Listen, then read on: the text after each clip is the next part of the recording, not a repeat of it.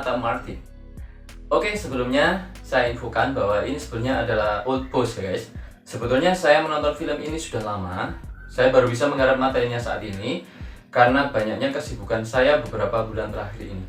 So, I hope you enjoy my review. Oke? Ada film perang yang menarik perhatian saya, yaitu The 800. Ini adalah film perang historis yang sangat menarik, terutama karena Cina yang memproduksi film ini. Menurut saya, ini adalah one of the greatest war movie of all time. Let's begin our journey on this movie, okay? Bercerita tentang perang historis antara Jepang yang menginvasi Shanghai dan tentara Cina dari Divisi ke-88 pimpinan Letnan Kolonel Xie Qingyuan. Divisi Kekaisaran Jepang ketiga berkekuatan 20.000 orang, sedangkan Divisi 88 Cina cuma berkekuatan 452 orang. Selama 4 hari 4 malam, tentara Cina berjuang mempertahankan diri dari serangan Jepang di gudang Sehang yang berlantai 6. Pasukan Cina yang hanya 452 orang ini disebut The 800. Mengapa mereka disebut 800, padahal cuma ada 452 orang saja? Saya ceritakan sedikit mengenai ini. Jadi, tentara revolusioner Cina yang terlibat di perang ini adalah Resimen 24, Divisi 88, pimpinan Letkol Xie Qingyuan. Awalnya, Resimen 524 Batalion 1 ini memang terdiri dari 800 orang. Tapi karena korban yang berjatuhan di pihak Cina selama perang Shanghai cukup banyak, jumlahnya berkurang jadi 452 orang termasuk perwiranya. Letkol Xie Qingyuan tidak ingin mengungkapkan kekuatan sejati mereka pada Jepang. Jadi, dia mengumumkan dengan melebih-lebihkan kepada publik lewat seorang guide wanita, Yang Huimin, bahwa kekuatan mereka terdiri atas 800 orang. Perang 4 hari 4 malam tersebut dimulai dari tanggal 26 Oktober sampai dengan 1 November 1937. Menariknya, di sisi seberang sungai Gudang Sehang, atmosfer perang tidak ada. Di distrik Shanghai yang dipisahkan oleh sungai Suzhou itu, kehidupan berjalan seperti biasa. Toko-toko, klub-klub malam, dan pedagang-pedagang jalanan tetap beroperasi seperti biasa. Bagaimana bisa seperti itu? Karena distrik itu merupakan konsesi asing yang dikuasai oleh Inggris pada waktu itu. Sedangkan Jepang saat itu belum berani memicu konflik dengan Inggris karena di distrik itu banyak bermukim orang Eropa dan Amerika juga. Keputusan untuk mempertahankan gudang Sehang yang dikuasai oleh tentara kekaisaran Jepang tersebut dibuat untuk memberikan dorongan moral kepada orang-orang Cina setelah Beijing dan Shanghai jatuh, dan membantu memacu dukungan dari sekutu yang sepenuhnya menyaksikan pertempuran itu tepat di seberang sungai Suzhou tadi. Film ini diceritakan dari 5 sudut pandang karakter utama, yaitu Tuan Wu, seorang tentara muda yang baru saja tiba di Shanghai, dari seorang pengecut beralih menjadi seorang pemberani yang rela mati demi rekan-rekan seperjuangannya. Kedua, Yang Kuai, anggota Divisi 33 dari Tentara Revolusioner Nasional yang keras kepala dan gigih. Yang Kuai adalah seorang yang gagah berani dan tak takut mati demi apa yang diperjuangkan. Yang ketiga, Lao Tie, tentara bertubuh besar yang pengecut dan takut mati. Tapi seiring bergulirnya cerita, jiwa heroiknya tumbuh dan akhirnya berubah menjadi berani mati juga. Yang keempat, Lao Xuan Pan, seorang akuntan dari tim keamanan di suatu tempat yang tidak memiliki kesadaran dan keberanian untuk membunuh musuh dan mengabdi kepada negara. Dia lebih memilih melarikan diri untuk menyelamatkan nyawanya. Yang kelima, Xie Qingyuan, pimpinan tertinggi pasukan Cina yang gagah berani. Dia berjuang mati-matian mempertahankan gudang Sehang, walau akhirnya harus mundur atas permintaan atasannya. Dia adalah pemimpin berjiwa besar yang siap berkorban demi negaranya. Xie Qingyuan diperankan dengan baik oleh Tu Chun, sehingga penonton merasa terbawa dengan apa yang dirasakan oleh karakternya. Subplot-subplot yang disajikan dalam film ini juga bagus dan terasa menyentuh, sehingga durasi 2 jam 27 menit dari film ini tidak terasa panjang. Ada tentara yang rela meledakkan diri guna memporak-porandakan pasukan Jepang yang menginfiltrasi dengan memasang bom di tubuhnya dan terjun ke pasukan Jepang di bawahnya, sehingga pasukan Jepang kacau balau.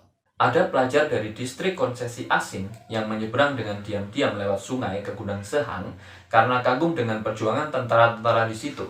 Walaupun mereka akhirnya harus bernasib naas dan menderita shock setelahnya. Dan tak lupa Yang Huimin yang diperankan oleh Tang Yixin, karakter historis yang dengan berani menyelundupkan bendera Cina nasionalis kepada tentara dan mengorganisir pemberian bahan makanan sebagai support untuk para tentara. Secara garis besar, film ini menggambarkan perjuangan para tentaranya yang tertuang baik dalam karakter-karakter utamanya dalam mempertahankan gudang Sehang sampai penghabisan. Betapa mereka kalah jumlah dan harus memutar otak untuk memperbaiki parit pertahanan, infiltrasi pasukan Jepang siang malam, pertentangan batin karakter-karakternya, pengorbanan dari distrik seberang oleh seorang preman demi membawa kabel telepon untuk divisi 88 untuk sarana komunikasi mereka, support dari penduduk distrik seberang yang terinspirasi oleh perjuangan para tentara, sampai penggambaran evolusi karakter-karakternya dari awal film hingga akhir, begitu menyentuh dan mengharukan. Film ini bukan sekadar film perang biasa. Pada akhirnya, Divisi 88 harus mundur untuk menghindari jatuhnya lebih banyak korban di pihak tentara Cina atas perintah dari Chiang Kai-shek, sang generalissimo. Beliau tidak ingin tentara-tentara Cina yang dilatih di Jerman mati sia-sia di perang yang tidak akan bisa dimenangkannya ini. Karena saat itu tentara Cina sudah diambang kekalahan dan korban sudah terlalu banyak. Support dari dunia internasional, dalam hal ini sekutu, yang sangat diharapkan oleh Cina untuk menekan Jepang, ternyata tidak kunjung terwujud.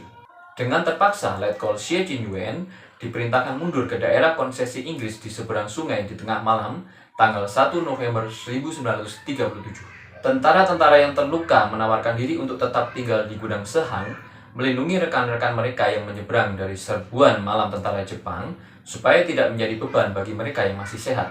Dengan diiringi rentetan tembakan musuh, Letkol Xie Jinyuan memimpin penyeberangan anak buahnya secara bertahap. Penyeberangan tersebut tentunya tidak berjalan mulus, dan banyak pula yang menjadi korban. Tapi pada akhirnya, misi tersebut berhasil dijalankan. Hu Quan, sutradara film ini, telah mempersiapkannya selama 10 tahun. The 800 adalah film pertama Cina dan Asia Tenggara yang di-shoot seluruhnya memakai kamera IMAX. Sayangnya, saya tidak nonton versi IMAX-nya karena tidak beredar di Indonesia. Jadi saya terpaksa harus nonton di layar bioskop konvensional. Tapi hal tersebut tidak mengurangi nikmatnya menonton film ini karena kuatnya cerita dan bagusnya performa aktor-aktrisnya. Thumbs up for this movie. Film ini menghabiskan dana 80 juta US dollar, tapi berhasil meraih pendapatan 472,6 juta di seluruh dunia. Jadi film ini merupakan film dengan pendapatan tertinggi di 2020, dan untuk pertama kalinya dalam sejarah, menyandang predikat sebagai film non-Hollywood yang berpenghasilan tertinggi. Syuting dimulai tanggal 9 September 2017 dan berakhir pada 27 April 2018. Peredaran film ini sempat tertunda selama setahun lebih karena alasan politis yang misterius yang melibatkan Partai Komunis Cina. Sempat tiba-tiba dibatalkan pemutarannya di Shanghai International Film Festival, satu-satunya festival film A-list di Cina, hanya 24 jam sebelum jadwal pemutarannya. Setelah melewati rintangan-rintangan, akhirnya film ini beredar pertama kali di Cina tanggal 21 Agustus 2020. Baru 40 hari naik layar bioskop, film ini sudah mengantongi sekitar 425,6 juta. Amazing, isn't it? Berhasil menggulingkan Bad Boys for Life-nya Will Smith di posisi pertama dunia versi Box Office Mojo. Bad Boys for Life sendiri mengantongi pendapatan sekitar 424,6 juta. Sampai saat ini gudang Sehang masih berdiri dan ada satu bagian di dalamnya dijadikan gudang berisi dokumen, foto-foto, dan catatan-catatan dari peristiwa Perang Shanghai. Sebagian besar gudang itu masih difungsikan seperti sebelumnya, gudang furnitur, dan bahkan ada ruang bowling di lantai 3. Ada patung Letkol Xie Jinyuan di area pintu masuknya. Di kenyataannya, Xie Jinyuan pada akhirnya mati dibunuh tanggal 28 April 1941 oleh orang-orangnya sendiri yang sudah disuap karena perselisihan dengan pemerintah saat itu. Dia waktu itu masih berumur 35 tahun. Oke guys, sekian review dari saya dari film The 800. Hopefully you enjoy my program. See you on next episode.